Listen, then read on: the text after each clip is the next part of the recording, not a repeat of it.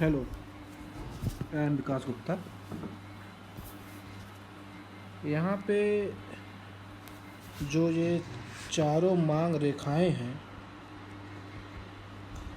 D1 D1 dash parallel है, D2 D2 dash के parallel है, D3 D3 डैश के, D4 डैश के। अब यहाँ पे वही मांग की लोच की जो बिंदु लोच है, पॉइंट इलास्टिसिटी, उसी का फार्मूला लगाएंगे। उसका फार्मूला हम लोग जानते हैं, EP बराबर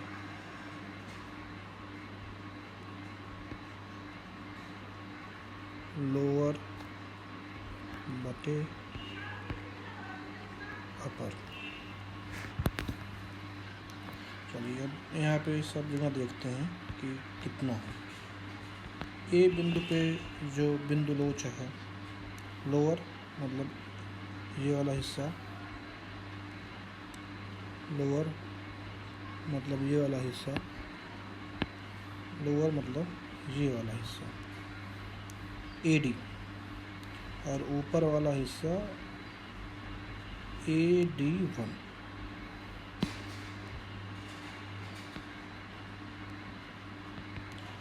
AD1 डैश बटे AD1।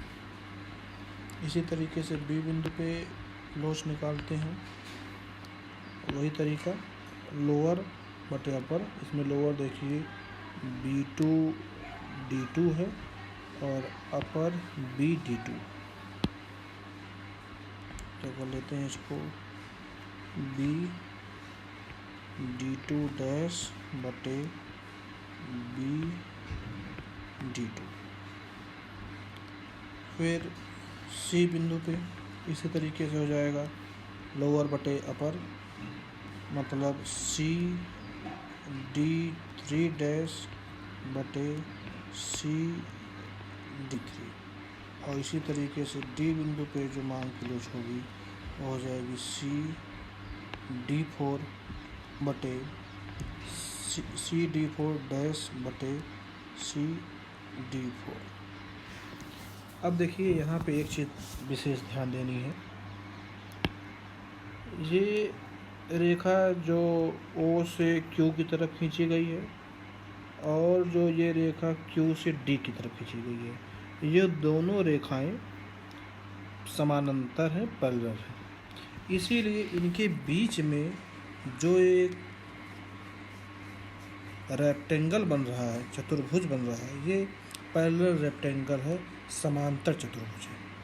ये आप देख रहे होंगे, ये और ये और ये चारों समांतर चतुर्भुज हैं। और समांतर चतुर्भुज की ये विशेषता होती है कि समांतर चतुर्भुज में आमने सामने की जो आर्म्स होती हैं, भुजाएं होती हैं, वो बराबर होती हैं, सम्मुख भुजाएं समान होती हैं। ये समांतर चतुर्भुज की विशेषता होती है कि समांतर चतुर्भुज में आमने सामने की सम्मुख भुजा कहते हैं, सम्मुख भुजा समान होती है। तो इसका मतलब ये हुआ कि जो ये AB है, ये जो AB है वो D1 D2 के बराबर होगा, जो CD है, जो BC है वो D2 D3 के बराबर होगा, जो CD है वो D3 D4 के बराबर होगा। ठीक उसी तरीके से जो ये भुजा है D1A, ये बराबर, ये चारों जो है समांतर चतुर्भुज है और एक ही दो समांतर रेखाओं के बीच में बने, इसलिए चारों समांतर चतुर्भुज समरूप हैं। एक जैसे हैं, इसलिए इनकी जो सम्मुख भुजाएं हैं ये बराबर होंगी। तो जो ये D1A है ये बराबर होगी D2B की, और D2B बराबर होगी D3C की, और ये बराबर होगी D4 की। मैं ये कहना चाह रहा हूँ कि जो ये AD1 बराबर BD2 के है, बराबर CD3 के है, और बराबर D4 के।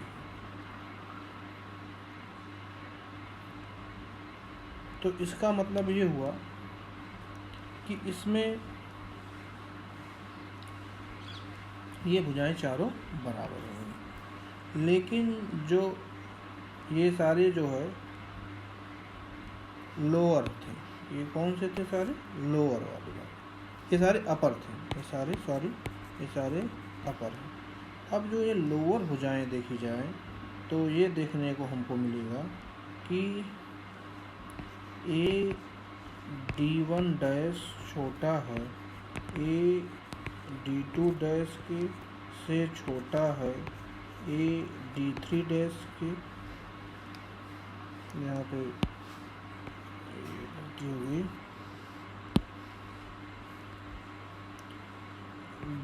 BD2 डैश के छोटा है CD3 डैश के से छोटा है D4 डैश के। इसका मतलब जो ये लोअर पार्ट है सब का क्या है? समान, बराबर है। तो इसका मतलब जो मांग की लोच को तय करेगा वो अपर वाला हिस्सा तय करेगा। इसका मतलब जिसका अपर ज़्यादा होगा उस बिंदु पे मांग की लोच ज़्यादा होगी। और हम यहाँ पे ये देख रहे हैं कि जो ये D बिंदु है इस पे जो लोअर सेगमेंट है, जो नीचे वाला भाग है, ये सबसे बड़ा है, फिर उससे छोटा ये है, फिर उससे छोटा ये है, फिर उससे छोटा ये है। मतलब A पे लोअर भाग सबसे कम है, A पर लोअर भाग सबसे कम है, इसीलिए A पे इलास्टिसिटी सबसे कम है, A पे सबसे कम है, और D पे सबसे ज़्यादा।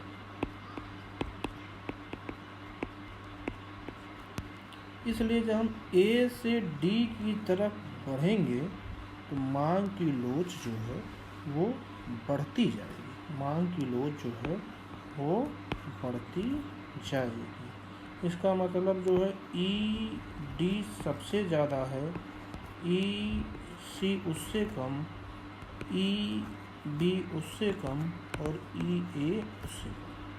सबसे कम A बिंदु पे और सबसे ज़्यादा D बिंदु पे। देखिए इसी प्रश्न को एक और तरीके से समझ सकते हैं। इसी प्रश्न को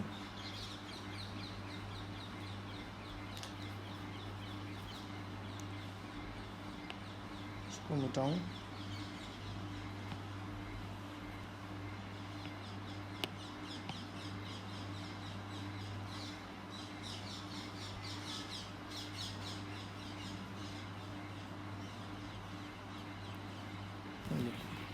मांग की लोच का जो सूत्र होता है EP = DQ upon DP into P/Q। जो ये DQ अपॉन DP है ये स्लोप को प्रदर्शित करता है, और यहाँ पे देख रहे हैं सभी का स्लोप क्या है? बराबर। यहाँ पे सभी का स्लोप क्या है? बराबर। एक बार फिर से क्वेश्चन देता हूँ, DQ upon DP into P/Q। और ये सभी में जो लोच है, जो ढाल है, जो स्लोप है, वो सभी का बराबर है। लेकिन एक चीज़ और कॉमन है, ये Q भी क्या है? सब में कॉमन है। तो इसलिए जो ये मांग की लोच को तय करेगा वो P तय करेगा, क्योंकि ये सारी चीज़ें क्या हैं? समान है, कॉमन। इसलिए अगर ये देखा जाए तो E P proportional to P, जिसका पी ज़्यादा होगा उसकी मोच ज़्यादा होगी। पी ज़्यादा किस पर है? D4 पर। P4 is greater than P3 is greater than P2 is greater than P1। इसीलिए ED is greater than EC is greater than EB is greater than EP, या इसी का अपोजिट लिख लिया जाए, P1 is less than P2 is less than P3 is less than P4, या इसे इस तरह E1 is less than EB is less than EC is less than ED। सबसे ज़्यादा ED पे और सबसे कम E पर। इसका मतलब जैसे जैसे हम A से D की तरफ बढ़ते जाएंगे, जो प्राइलास्टी है वो घटती रहेगी। मुझे उम्मीद है कि आपको ये बात समझ में आ गई होगी।